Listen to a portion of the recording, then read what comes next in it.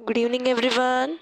Today we are doing class 8 science half yearly question paper. आज हम एक question paper discuss करने वाले हैं.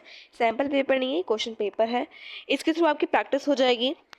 हम साइंस से करने वाले हैं क्लास 8 का. आपको टाइम पता है 60 मार्क्स का क्वेश्चन पेपर होगा, हाफ ईयरली का है 2025 बेस्ड ऑन न्यू कोर्स. ठीक है, इस पेपर को स्टार्ट करते हैं. यहाँ पे हमें पहले सेक्शन ए दिया है, एमसीक्यू बेस्ड क्वेश्चंस होंगे इसमें. तो फर्स्ट क्वेश्चन है इसमें मूव ऑन होते हैं. Who is known as father of microbiology. देखो ये क्वेश्चन इस क्वेश्चन पेपर में भी आया है, ये मैंने आपको सैम्पल पेपर में भी दिखाया था. ये क्वेश्चन बहुत इंपॉर्टेंट क्वेश्चन है एंड जनरली पूछा जाता है कि फादर ऑफ माइक्रोबायोलॉजी किसे कहा जाता है. हमें पता है father of microbiology Robert Hooke को नहीं कहा जाता, लुईस पैस्चर को नहीं कहा जाता. बेसिकली उन्होंने पेस्चराइजेशन प्रोसेस को फाइंड आउट करा था. ये पुराने कोर्स में था, नाम आपको पता हो तो पढ़ा है अगर आपने मेरी वीडियो देखी हो तो. एंड आनंद मोहन चक्रवर्ती नहीं है, इन्होंने क्लीनिंग ऑयल स्पिल्स के लिए बैक्टीरिया फाइंड आउट करा है. बट एंटोनी वैन लीएवेन हुक आपके वो पर्सन है जिनको हम फादर ऑफ माइक्रोबायोलॉजी कहा जाता है. इन्होंने लिविंग सेल्स को ऑब्जर्व करा, लिविंग सेल्स को. रॉबर्ट हुक ने सिर्फ और सिर्फ सेल्स को ऑब्जर्व करा, इन्होंने लिविंग सेल्स को ऑब्जर्व करा. So option number B is the correct option, Antonie van Leeuwenhoek. Question 2 पे मूव ऑन होते हैं. ये आपके एनसीईआरटी का ही क्वेश्चन है. Anandi took 2 test tubes and mark them A and B. Anandi ने 2 टेस्ट ट्यूब लिए. ए ये ना, अगर आपको शो हो रहा हो मैं लिख देती हूँ. ये वाला ए है, ये वाला है बी है. ठीक है, ये इसने 2 टेस्ट ट्यूब्स रखे हैं. उसके अंदर उसने एक टेस्ट ट्यूब के अंदर she put 2 spoons full of sugar solution in each of the test tubes. हर एक दोनों टेस्ट ट्यूब के अंदर उसने 2 फुल स्पून्स शुगर डाले हैं. इन टेस्ट ट्यूब बी उसने स्पून फुल ऑफ ईस्ट भी डाला है. ये जो टेस्ट ट्यूब, ये वाला जो टेस्ट ट्यूब है, इसके अंदर उसने एक ईस्ट भी डाला है. ठीक है, और उसके बाद उसने माउथ से अटैच कर दिया. इसके अंदर उसने वार्म जगह पे रखा. ठीक है, मतलब वार्म भी मिल रही है, शुगर भी है, एक के अंदर ईस्ट है, एक के अंदर नहीं है. ठीक है, लेकिन सनलाइट से उसने दूर रखा. ठीक है, फिर वो उसको 2 बैलून से अटैच कर देती है. ठीक है, इन दोनों के जो माउथ है टेस्ट ट्यूब को, उनको बैलून से अटैच कर देती है. अब यहाँ पे कहा गया है, क्वेश्चन में आता है What do you predict what will happen after 3-4 days? 3-4 days के बाद क्या होगा? She observed that the balloon attached to test tube B. उसने ऑब्जर्व करा उस लड़की ने कि टेस्ट ट्यूब बी में कुछ दिनों के बाद जो बैलून है वो फूल रहा है, इन्फ्लेट हो रहा है, मतलब फूल रहा है. What can be possible explanation for this? इसके लिए कौन सी एक्सप्लेनेशन हो सकती है? सो ऑप्शन है हमारा A, water evaporate in test tube B and fill the balloon with water vapour. Water evaporate हुआ क्योंकि वार्म प्लेस में रखा था टेस्ट ट्यूब में, सूर्य से वाटर वेपर के थ्रू भर गया. नहीं, वाटर इवेपोरेट आपका जब एक्सट्रीम हीट होते है, जब इवेपोरेट होता है. यहाँ पे आपको बस वार्म प्लेस में रखा है, ज़्यादा ना गर्म ना ज़्यादा ठंडा. ठीक है, वार्म प्लेस में रखा है. सो यहाँ पे ऑप्शन ए ही गलत हो जाएगा. बी को देखते हैं. जो वार्म एटमॉस्फेयर था उसने एक्सपेंड करा एयर को इनसाइड टेस्ट ट्यूब बी, जिसने बैलून को इन्फ्लेट करा. बट यहाँ पे कोई वार्म एटमॉस्फेयर था नहीं, उसने उसको वार्म जगह पे रखा, सनलाइट से दूर रखा, मतलब एक ज़्यादा गर्म भी नहीं. यहाँ पे वार्म एटमॉस्फेयर आपकी एयर को एक्सपेंड नहीं कर सकती. सो बी ऑप्शन भी गलत हो जाएगा. अगर सी ऑप्शन को देखें तो ईस्ट जो है उसने ईस्ट ने एक गैस प्रोड्यूस करी with the reaction of sugar. ठीक है, गैस रिलीज करी एंड गैस कौन सी होती है? CO2 होती है, you know this. And plus alcohol होती है. ठीक है, टेस्ट ट्यूब बी का जो बैलून है वो सूर्य से इन्फ्लेट हुआ. सो यस, ये एक पॉसिबल रीज़न है बिकॉज उसने ईस्ट डाला था टेस्ट ट्यूब बी में, टेस्ट ट्यूब ए में नहीं डाला. जब ईस्ट रिएक्ट करा शुगर के साथ, because sugar is added there. So and warm atmosphere is also given there. So it makes the process of fermentation and यहाँ पे कार्बन डाइऑक्साइड प्लस एल्कोहल आपकी रिलीज हुई. So option number C is the correct option. एक बार D option को भी देख लेते हैं कि शुगर ने रिएक्ट करा वार्म एयर के साथ. देखो यहीं पे गलत हो गया कि शुगर वार्म एयर के साथ आपका रिएक्ट कर ही नहीं सकता, वो आपके ईस्ट के साथ रिएक्ट करता है. सो डी ऑप्शन भी गलत हो जाएगा आपका. C option, yeast produced a gas inside the test tube B which inflated the balloon. Option number C is the correct option. Let's move on next question. Next question हमारा question number 3 है. विच cell carries messages. ये भी important question है, ये भी आया. देखो कि कौन सी सेल मैसेज कैरी करती है. समझ पता है, मसल सेल तो नहीं करती. मसल सेल आपके फूड को पुश डाउन करने के लिए यूज होती है. बी है ब्लड सेल्स. ब्लड सेल्स नहीं करती. ब्लड सेल्स यहाँ पे मतलब ब्लड ही आपको ब्लड ही आपके पूरे बॉडी के अंदर सर्कुलेट करती है, नन भी नहीं होगा। Option C is the correct option, nerve cells, जिसके अंदर न्यूरॉन्स इनकी यूनिट होती है। ठीक है, नर्व सेल्स आपके मैसेज को कैरी करते थ्रू आउट द बॉडी, ठीक है, ब्रेन तक सिग्नल पहुंचाते हैं। सो यहाँ पे option number C is the correct option, nerve cell. ठीक है, क्वेश्चन 4 में मूव ऑन होते हैं। क्वेश्चन नंबर 4 है, in plant cell which part provided rigidity and strength to cell.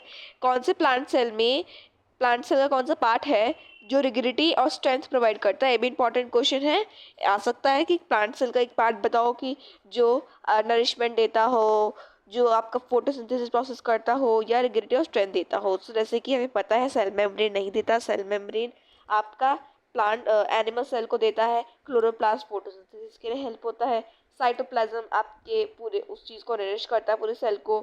D जो है सेल वॉल आपके प्लांट सेल के अंदर एक्स्ट्रा होती है, जो कि आपके प्लांट को शेप भी प्रोवाइड करती है, स्ट्रेंथ भी देती है और रिजिडिटी भी देती है। So option B is the correct option, cell wall. Let's move on next question. Question number 5. Group the diseases as shown in the images as communicable, non-communicable diseases. हमें ग्रुप करना है इन सभी डिजीज को communicable और non communicable base पे। सो मैं यहाँ पे सी से शो करूँगी कम्युनिकेबल, ठीक है, एंड एन से मैं एन सी से नॉन कम्युनिकेबल, अंडरस्टैंड, ये मैं शो करूँगी। सो आप समझ जाना। सो जैसे हम जानते हैं cold and flu, cold and flu communicable होते हैं, फैल सकते हैं because of the spreading of the pathogens. So यहाँ पे सी डी नोट कर रही हूँ मैं से। टाइफाइड, टाइफाइड भी आपका कम्युनिकेबल है, फैल सकता है through contaminated water and food, ठीक है, तो यहाँ पे भी सी आ जाएगा। डायबिटीज़ आपका नहीं फैल सकता because it is a non communicable disease, it is based on our life styles. यहाँ पे मैं NCDs भी लिख सकती हूँ, NCDs भी कहते हैं ना नॉन कम्युनिकेबल डिजीज, और यहाँ पे मैं CD लिख देती हूँ। अस्थमा, अस्थमा भी नॉन कम्युनिकेबल होता है, नहीं फैल सकता, तो यहाँ पे NCDs। And last chicken pox, ये फैल सकता है थ्रू डायरेक्ट कॉन्टैक्ट और एयर कॉन्टैक्ट, ठीक है, तो यहाँ पे मैं CD लिख रही हूँ। Let's move on next question. Question number 6, nichrome wire commonly use होती है इलेक्ट्रिकल हीटिंग डिवाइसेस में, क्यों। ये इंपॉर्टेंट क्वेश्चन है कि नाइक्रो वायर को हम हीटिंग डिवाइसेस में क्यों यूज करते हैं। ऐसा ऑप्शन ए हमें गिवन है कि वो गुड कंडक्टर ऑफ इलेक्ट्रिसिटी होता है, नो। ऐसे तो बहुत सारे वायर्स है, कॉपर भी आपको गुड कंडक्टर होते हैं, तो हम उसको क्यों नहीं यूज करते, तो ये ए आपका जो है फर्स्ट है वो गलत एक्सप्लेनेशन हो जाएगी। थर्ड है is cheaper than copper, nichrome copper से चीपर होता है, तो नहीं, हम इसके बेस पे भी उसको नहीं यूज करते हैं। It generates more heat for a given current, yes, कि वो ज़्यादा हीट को जनरेट करती है, वाई, बिकॉज रेजिस्टेंस ज़्यादा क्रिएट होता है नाइक्रोम वायर में। So second option is correct. Fourth को देख लेते हैं कि वो इंसुलेटर है, इंसुलेटर है तो हम उसको यूज़ ही नहीं करते, ठीक है, तो यहाँ पे ऑप्शन सेकेंड है generates more heat for a given current is correct option for this question. Let's move on next question. Question number 7, the solution, यहाँ पे आपके फिल इन द ब्लैंक्स है ये। जो solution used in a voltaic cell is called, जो solution voltaic cell में use होता है वो कौन सा होता है, हमें पता है उसको क्या कहते हैं हम, जो कि सॉल्ट और एसिडिक सोल्यूशन में भी होता है, वीक आपका सॉरी इलेक्ट्रिसिटी जनरेट करता है, that is electrolyte,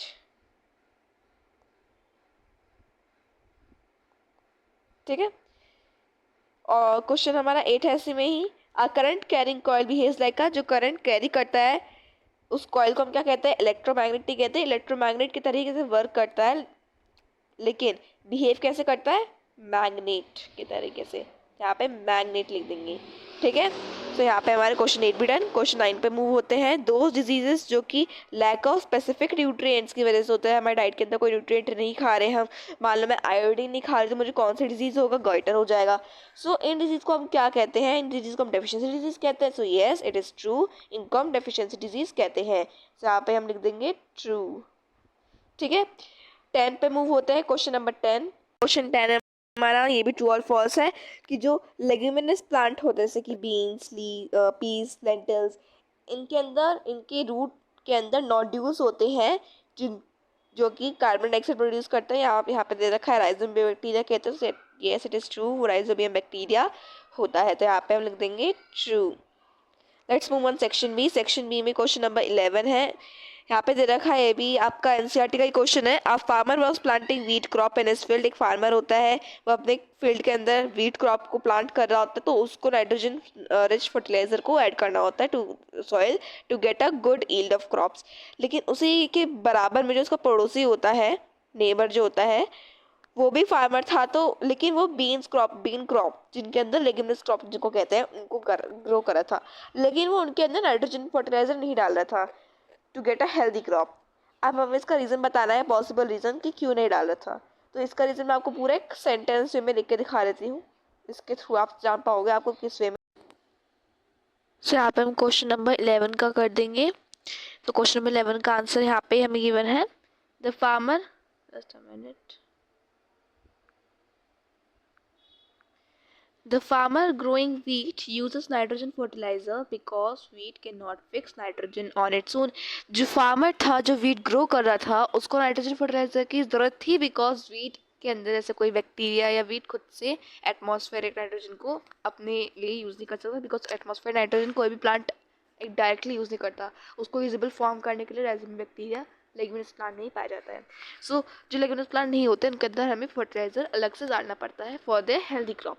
so the farmer growing beans, अब जो फार्मर बी था, जो बीन्स को ग्रो कर था, एक लेग्यूमिनस क्रॉप, तो उसको नाइट्रोजन फर्टिलाइजर की कोई ज़रूरत नहीं थी ऐड करने की, बिकॉज उसके अंदर बैक्टीरिया होता है, राइजोम बैक्टीरिया, जो कि सिम्बायोटिक रिलेशनशिप रखता है बीन्स के साथ, जो लेग्यूमिनस क्रॉप होते हैं, जो कि नेचुरली नाइट्रोजन को फिक्स करते हैं इन द सॉइल। सो हमारा क्वेश्चन नंबर 11 हो चुका है। क्वेश्चन नंबर 12 पे मूव ऑन होते हैं।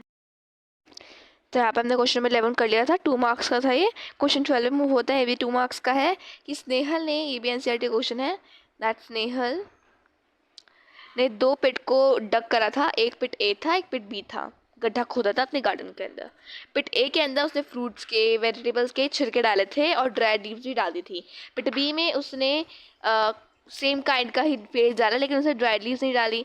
सो she covered both the pits with the soil observed after 3 weeks. So what is the वो क्या ट्राई करना चाह रही है, क्या टेस्ट करना चाह रही है, अब ये समझते हैं।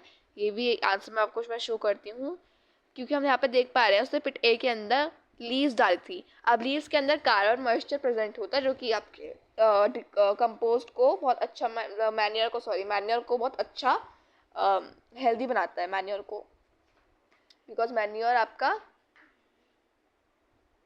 रिच सब्सटेंस होता है। जस्ट अ मिनट,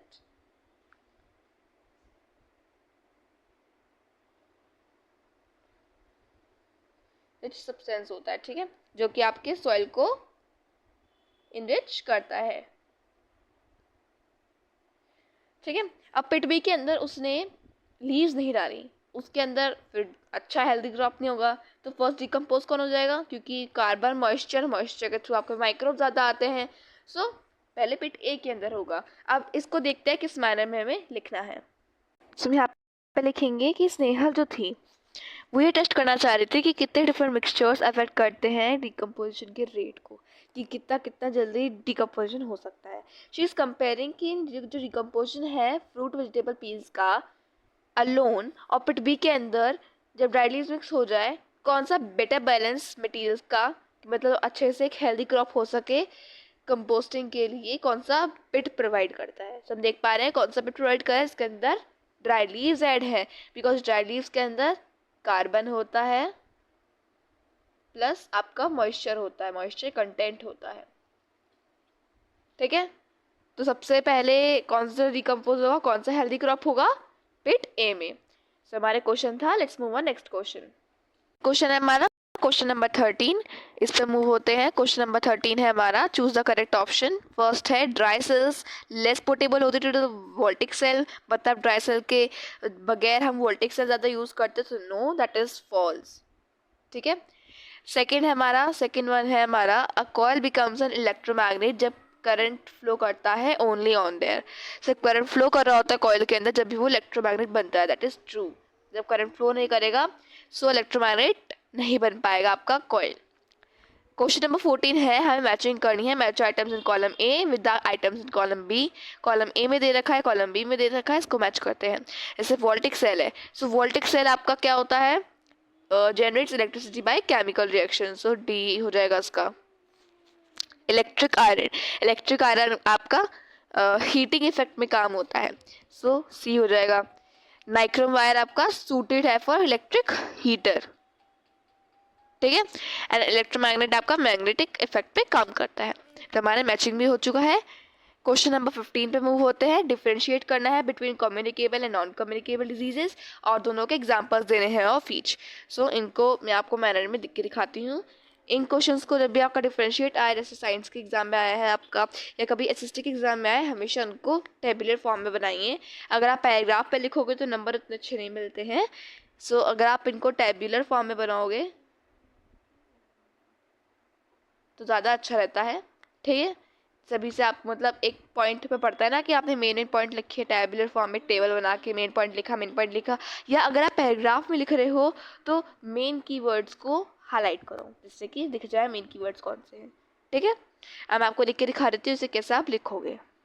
तो यहाँ पे हम देख लेते हैं कैसे हमें डिस्क्राइब करना है कम्युनिकेबल और नॉन कम्युनिकेबल डिजीज को। यहाँ पे क्योंकि वो 2 मार्क्स का ही क्वेश्चन था, कम्युनिकेबल और नॉन कम्युनिकेबल को 2 मार्क्स का क्वेश्चन था, तो दो ही डिफरेंस मैंने लिखे हैं यहाँ पे। उसमें हमें एग्जाम्पल भी लिख रहा था, तो मैं एग्जाम्पल यहीं पे आपको बता दूंगी। पहले कम्युनिकेबल को देखते हैं। कम्युनिकेबल डिजीज़ है हमारा, डिजीजेज स्प्रेड होती हैं फ्रॉम 1 पर्सन टू 1 पर्सन, ठीक है। मतलब 1 पर्सन से स्प्रेड हो रहे हैं, अगर किसी एक पर्सन के थ्रू स्प्रेड हो रहे हैं तो एक पर्सन से तो बहुत सारे वे से स्प्रेड हो सकते हैं। डायरेक्ट कॉन्टैक्ट से हो सकता है, एयर कॉन्टैक्ट से, वो छींक रहा है खुले में, आप वहीं पे खड़े हो, या उसके कंटामिनेटेड फूड से, इनडायरेक्ट कॉन्टैक्ट से, ठीक है। तो ये सभी कम्युनिकेबल डिजीज़ के फैलने की चीज़ें हैं, ठीक है। दूसरा है कि ये इन्फेक्शियस डिजीज़ होता है, मतलब किसी इन्फेक्शन के थ्रू होता है, ठीक है।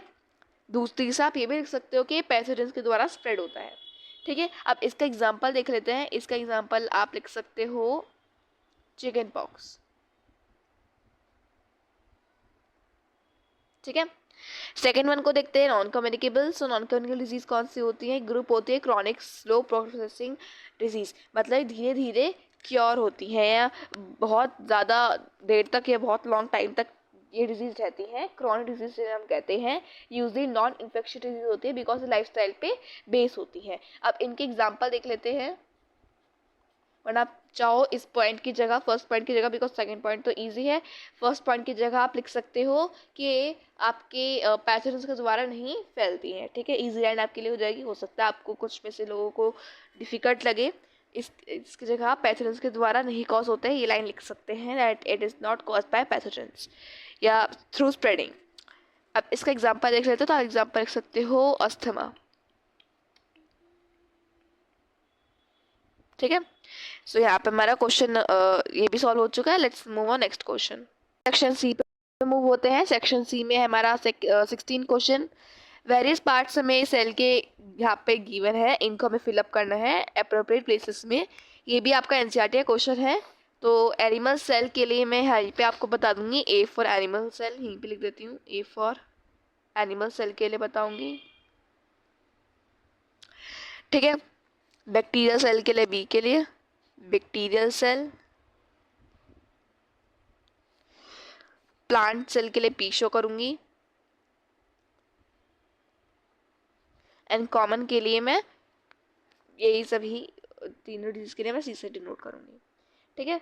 तो जैसे कि न्यूक्लियस, सो न्यूक्लियस आपका एनिमल सेल के अंदर होता है एंड यहाँ पे 2 जगह है। एनिमल सेल के अंदर आप सेल मेम्ब्रेन भी लिख सकते हो या साइटोप्लाज्म भी लिख सकते हो।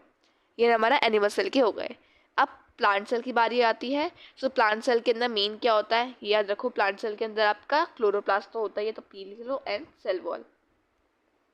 देन आता है बैक्टीरियल सेल। बैक्टीरियल सेल के अंदर आपका न्यूक्लियोइड होता है प्लस सेल वॉल होता है, ठीक है। और कॉमन में कौन कौन से आ गए आपके? कॉमन में आ जाता है आपके न्यूक्लियस, साइटोप्लाज्म, सेल मेम्ब्रेन, ठीक है। ए सी न्यूक्लियस के एनिमल सेल के अंदर आपके न्यूक्लियस एंड आपका सेल मेम्ब्रेन आता है। प्लांट सेल के अंदर chloroplast and nucleoid. Bacterial cell के अंदर bacterial cell, nucleoid and yes, ठीक है।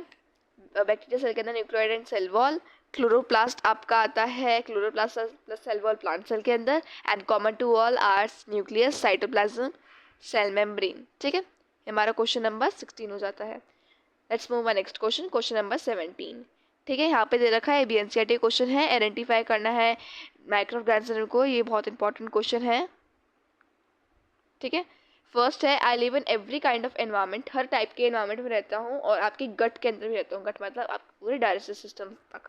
तो डाइजेस्टिव सिस्टम के अंदर कौन कौन सा आपके माइक्रो ऑर्गेनिज्म होते हैं? बैक्टीरिया होता है। ठीक है, तो यहाँ पे हम बैक्टीरिया लिख देंगे, बिकॉज ना मतलब एक तरीके से आप ये fill in the blanks type के हैं। ठीक है, तो यहाँ पे हम बैक्टीरिया लिख देंगे। सेकंड को देखते हैं, मैं ब्रेड बनाता हूँ, केक सो सॉफ्ट और फ्लफी बनाता हूँ, मतलब बेकरी इंडस्ट्री के लिए यूज होता है। अब बेकरी इंडस्ट्री के लिए कौन सा माइक्रो ऑर्गेनिज्म फेमस होता है? आपका ईस्ट होता है, तो यहाँ पे ईस्ट आ जाएगा।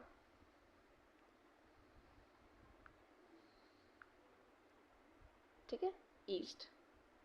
थर्ड आपका I live in the roots of pulse crops, मैं मतलब पर्ल्स क्रॉप मतलब एक तरीके से लेग्यूमिनस क्रॉप के अंदर रहता हूँ एंड न्यूट्रिएंट्स को प्रोवाइड करता हूँ उनके ग्रोथ और हेल्थ के लिए। तो मैं कौन सा बैक्टीरिया हूँ? तो यहाँ पे हमारे थर्ड में आ जाएगा कि राइजोबियम बैक्टीरिया है। 18 क्वेश्चन में मूव होते हैं, हमें एक डायग्राम बनाना है वोल्टिक सेल का। बहुत इंपॉर्टेंट क्वेश्चन है, डायग्राम से रिलेटेड क्वेश्चन आएगा। कौन कौन से में आएगा? ड्राई सेल के बारे में आएगा, वोल्टिक सेल के बारे में आ सकता है। वोल्टिक सेल तो बहुत इंपॉर्टेंट है, देखो इस क्वेश्चन पेपर के अंदर भी आया है, तो ये तो बहुत इंपॉर्टेंट क्वेश्चन है। Diagrams from chapter 4 is very very important. Chapter 3 के अंदर आपके डायग्राम्स इतने हैं ही नहीं, चैप्टर 3 के अंदर डायग्राम्स है नहीं, चैप्टर 1 के अंदर डायग्राम्स नहीं है, चैप्टर 2 के अंदर आप नहीं, आपका PT1 में भी सॉरी आपके हाफ ईयरली में भी, सॉरी PT1 में आ चुका है। सो इसको तो आपको मतलब प्रैक्टिस होगी। बस चैप्टर 4 में मोस्ट इंपॉर्टेंट डायग्राम आपका ड्राई सेल और वोल्टिक सेल ही है। ठीक है, तो इसको अच्छे से प्रैक्टिस कर लेना आप। एक बार मैं आपको वोल्टिक सेल का डायग्राम शो कर देती हूँ। सो वोल्टिक सेल का डायग्राम है, इसको देख लेते हैं। तो जैसे कि आपको कुछ इस टाइप का वोल्टिक सेल का डायग्राम बना लेना है, इसको ज्वाइन कर देना। ठीक है, ओके। सो वोल्टिक सेल का डायग्राम है, इसको डिस्कस करते हैं। ये हमारा जिंक रॉड है, इसकी जगह आप इलेक्ट्रोड भी लिख सकते हो। ठीक है, इलेक्ट्रोड लिख सकते हो। इंपॉर्टेंट नहीं है कि कौन सा रॉड है, ये आपको लिखना इंपॉर्टेंट नहीं है, इलेक्ट्रोड 1 भी लिख लेना, इसको इलेक्ट्रोड 2 लिख लेना। ठीक है, उसके बाद हमारा इलेक्ट्रिक लैंप होता है, इसके अंदर गिवन नहीं है बट आपकी बुक में गिवन है। ठीक है, मैं आपको पूरे एक तरीके से लिख के दिखा देती हूँ। ठीक है, इसकी जगह आप लिखना इलेक्ट्रोड 2 एंड इसकी जगह इलेक्ट्रोड 1। देन हमारा इलेक्ट्रिक लैंप हुआ,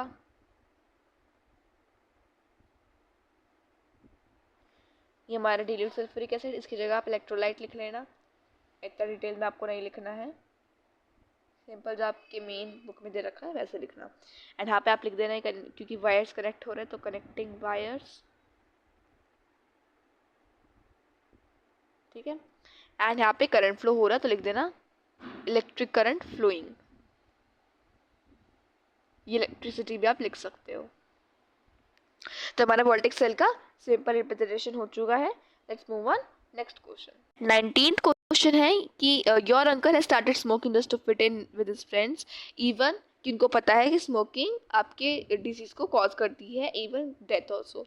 सो ये भी एनसीईआरटी क्वेश्चन ही है वैसे। जैसे फर्स्ट है कि what would you say to him to make stop without being rude, आप उनको क्या कहोगे जिससे कि वो स्टॉप हो जाए। तो बहुत मतलब इम्पॉर्टेंट भी नहीं है आपका इतना, इसका आंसर मैं शो नहीं कर रही बिकॉज इसका आंसर मैं आपको यहीं पे बता दूंगी, बहुत इजी। आप इतना लिख सकते हो कि दैट आप लिखना स्पीक जेंटली आंसर। सो आप इसका आंसर लिखना स्पीक जेंटली, आपको जेंटली बोलना है कि मैं आपकी हेल्थ के लिए वरी हूँ, I am worried about your health, smoking cause serious diseases and even death too. So क्या मैं आपकी हेल्प कर सकती हूँ to get rid of waste, sorry may I help you to get waste to get rid of it and offer support. ठीक है, support देना है आपको उनको।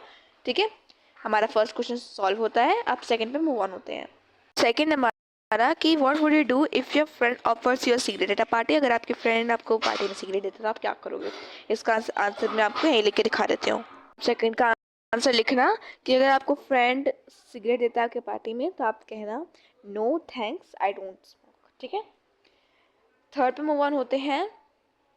थर्ड हमारा how can school help prevent students from indulging in such harmful habits? कैसे school prevent कर सकता है बच्चों को इन सभी एडिक्टेड ड्रग्स स्मोकिंग से? तो इसका आंसर लिखते हैं।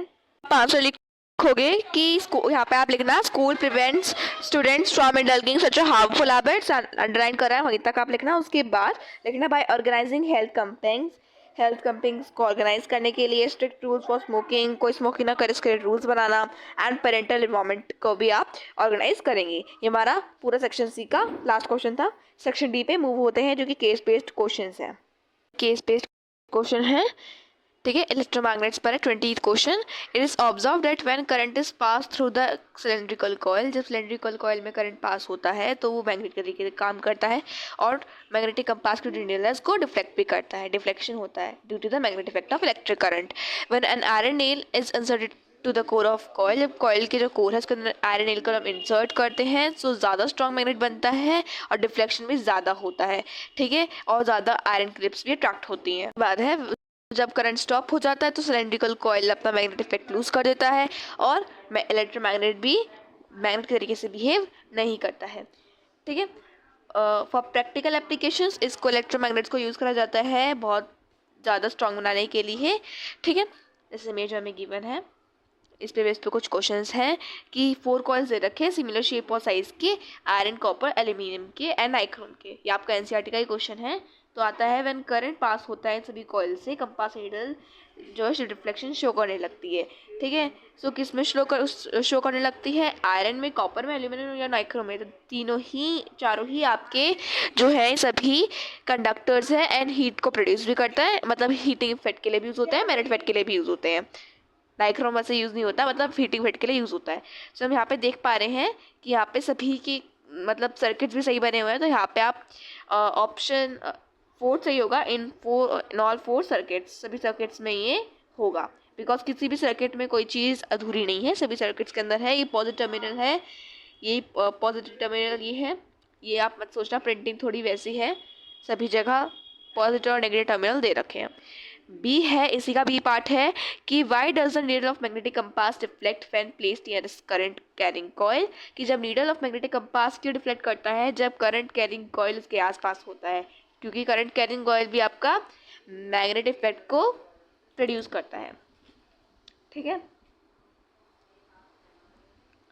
अच्छा, ये क्वेश्चन 4 मार्क्स का है तो एक ही मार्क का है, तो मैं इसको यहीं पे एक वर्ड से आप लिख लेना, by the magnetic effect, because एक मार्क्स का तो एक ही वर्ड के हिसाब से आप लिख लेना, तो मैंने यहीं पे लिख दिया है आपको, ठीक है। ज़्यादा डिटेल में आंसर मत लिखना, आप लिख देना बाय द मैग्नेटिक इफेक्ट के थ्रू ही वो आपका नीडल रिफ्लेक्शन होता है, ठीक है। सी पे मूव होते हैं। सी है हमारा कि what changes is observed in the strength of electromagnet when an iron nail is inserted to the coil, जब कॉइल के अंदर हम आयरन नेल को इंसर्ट करते हैं तो इलेक्ट्रोमैग्नेट के अंदर स्ट्रेंथ के अंदर क्या क्या हमें चेंज ऑब्जर्व होता है? That electromagnet become strong.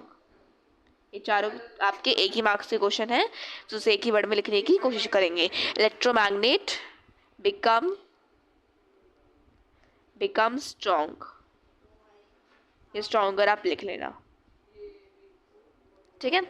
D है हमारा, why does a coil stop behaving like a magnet, जो कॉइल है वो मैग्नेट के तरीके से बिहेव करना स्टॉप क्यों रहता है जब इलेक्ट्रिक करंट ऑफ होता है? So because it loses it loss it's magnesium, अपने मैग्नीशियम को वो लॉस कर देता है, या लिख सकते हो सीधा that there is no magnetic effect any more, ठीक है। ये हमारा क्वेश्चन 20 हो रहता है। क्वेश्चन 21 पे मूव ऑन होते हैं। 21 पे look at figure A and be carefully और आंसर करने हैं इन क्वेश्चंस को। ए है, बी है, ये भी एनसीईआरटी क्वेश्चन है आपका। यहाँ पे कह रहे हैं विच प्लेग्राउंड, आप कौन से प्लेग्राउंड के अंदर खेलना पसंद करोगे, ए या बी के अंदर? तो देख पा रहे हैं ए के अंदर कितनी साफ सफाई से खेल रहे हैं, बट बी के अंदर पॉल्यूशन क्रिएट है, फ्लाइज हो रहे हैं और बच्चे मिट्टी से खेल रहे हैं जो कि अनहाइजीनिक होता है। तो प्लेग्राउंड ए में हम खेलना पसंद करोगे, तो आप लिख देना प्लेग्राउंड ए। सेकेंड है give reason for selection of your choice play from A और बी, आपने जो प्लेग्राउंड चूज करा है उसका रीजन दो। सो आप लिखना बिकॉज, कितने मार्क्स का है? 4 मार्क्स का, 4 क्वेश्चन है, एक ही वर्ड में लिखना। बिकॉज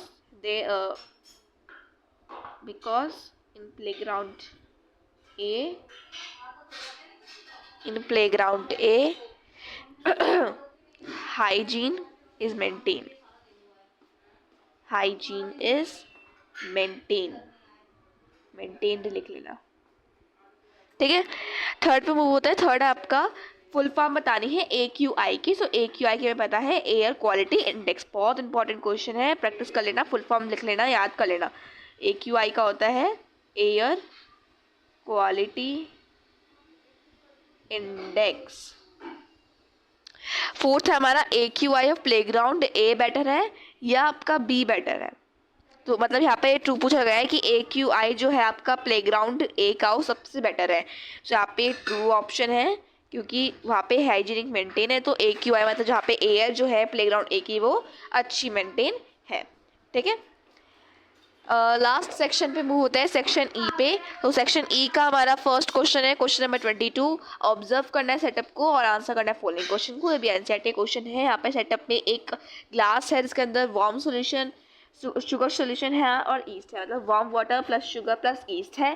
टेस्ट ट्यूब इसी है, टेस्ट ट्यूब बी में लाइम वाटर है, ठीक है। और ये आपका एक पाइप से जुड़ा हुआ है, यहाँ पे प्रिंटिंग इसमें दिखा रही पाई पाइप से कनेक्टेड है। फर्स्ट है इसमें what happens to the sugar flask in A. Flask A में शुगर में क्या होगा। तो आप लिखना कि sugar yeast will react with sugar to produced, क्या प्रोड्यूस करेगा रिएक्शन पे, to produce carbon dioxide means CO2 and alcohol, ठीक है। सेकेंड हमारा what do you observe in test B. Test B में आप कुछ घंटों के बाद क्या ऑब्जर्व करोगे और ये क्यों हुआ आपको रीजन बताना है। सो टेस्ट बी में आपका जो लाइम वाटर है मिल्की में कलर में चेंज हो जाएगा। So in test B the lime water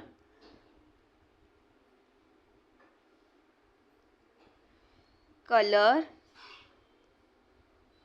changes to milky due to the reaction between carbon dioxide and lime water, ठीक है। ये हमारा हो गया। लाइम वाटर कौन सा होता है, कैल्शियम हाइड्रोक्साइड, ठीक है। सेकंड पे मूव होते हैं, सॉरी सेकंड हमारा हो चुका है। थर्ड पे मूव होते हैं। थर्ड हमारा what do you what would happen if yeast was not added in flask A. Flask के अंदर ईस्ट ऐड होता तो क्या होता। सो आप लिखोगे नो फर्मेंटेशन अकर्स, मतलब कोई प्रोडक्ट क्रिएट नहीं होता। No fermentation occurs, no colour changes,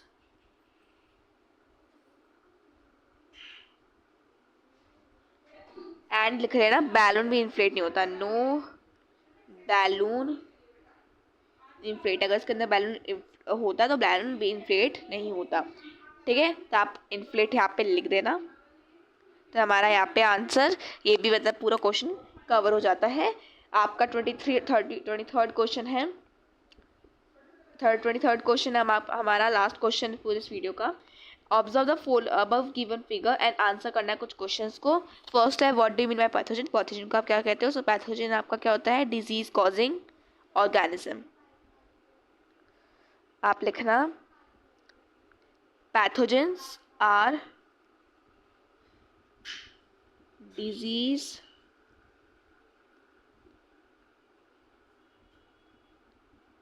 causing organism,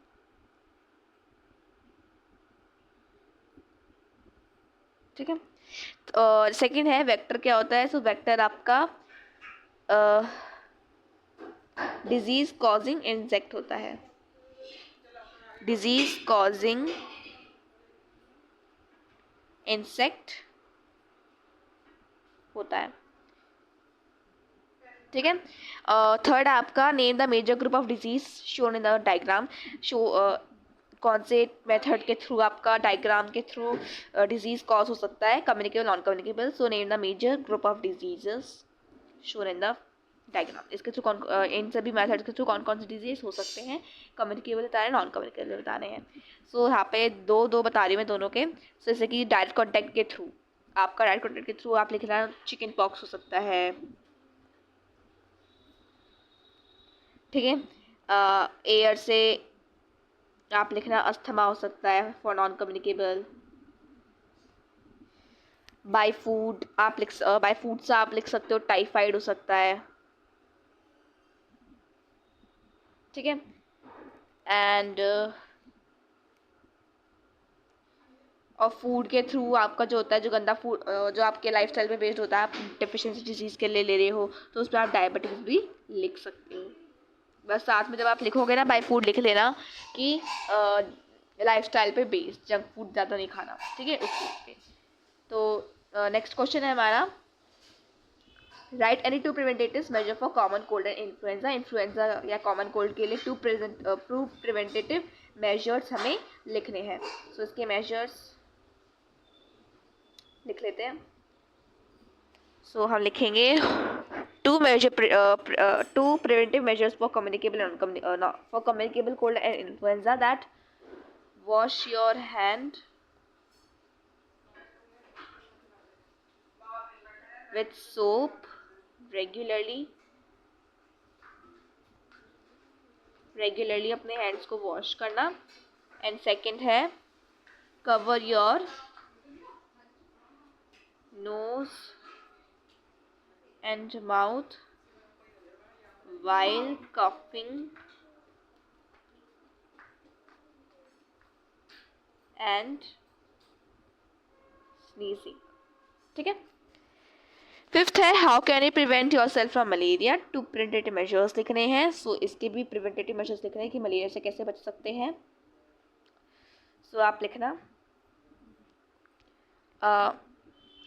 to preventative measures for malaria are wear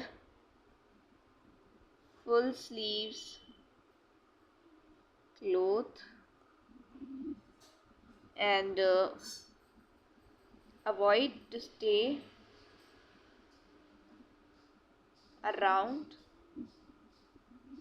stagnant water। रुके हुए पानी के आसपास कम रहना प्रेफर करिए। stagnant water, और चाहो तो लिख सकते हो sleep under मॉस्किटो नेट। मैंने आपको 3 दे दिया, आप चाहो किसी से भी लिख सकते हो मॉस्किटोज नेट आया है। अगर आपको पसंद आया तो आप मुझे बताना। वैसे तो इजी क्वेश्चन पेपर था and I also pray that आपका क्वेश्चन पेपर आप अच्छे से सॉल्व करो, ठीक है। एंड अगर आपको ये वीडियो अच्छी लगी है तो please subscribe to my channel for more updates. अगर आपको किसी और सब्जेक्ट पे भी सैम्पल पेपर की वीडियो चाहिए या अगर आपको कोई और चैप्टर चाहिए तो आप मुझे कमेंट सेक्शन में बता सकते हैं। Thank you for watching the video.